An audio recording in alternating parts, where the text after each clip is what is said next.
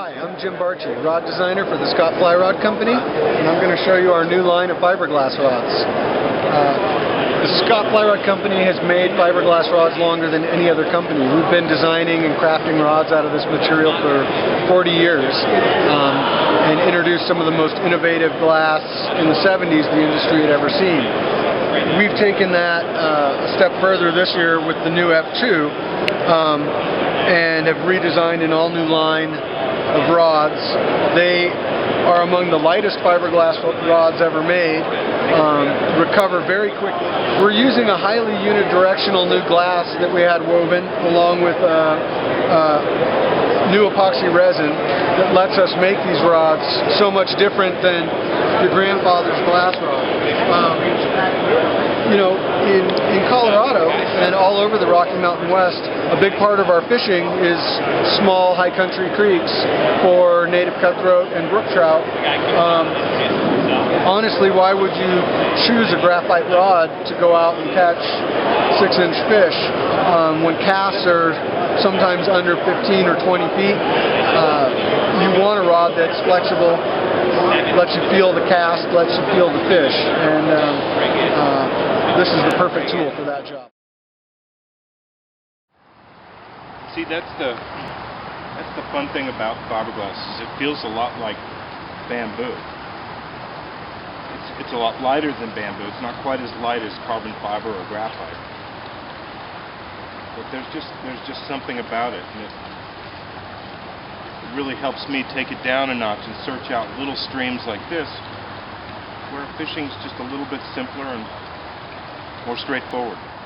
It'd be a little simpler and more straightforward if one would just grab this beetle. Oh! God.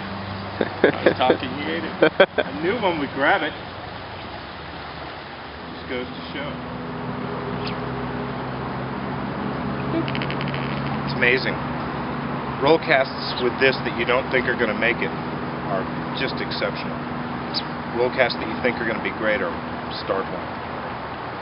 There's just some things that glass does that carbon fiber doesn't do as well, and there's just something a little bit more fun and hands-on about fiberglass. So if you know, whether you've got a stream that runs through your town that has bass or trout in it, or a little pond that has bluegill or crappie in it, crappie they say out here, terrific way to spend a little bit of time and make the most of whatever small fish live in my neighborhood or your neighborhood. Scott's never stopped making fiberglass. This is something that Scott's done continuously since the early 70s, when actually fiberglass was the predominant rod material. And though they were also one of the first to start using graphite, they never stopped using glass, because very quickly everybody realized at Scott that glass was still really fun for certain things. Alright, that's the last cast. I gotta go to work. But that's the great thing about a rod like this, is it kind of takes me to places. I don't need to necessarily take it to places. It steers me in the direction of all these little nooks and crannies in and amongst urban America that turns out are really fun to fish.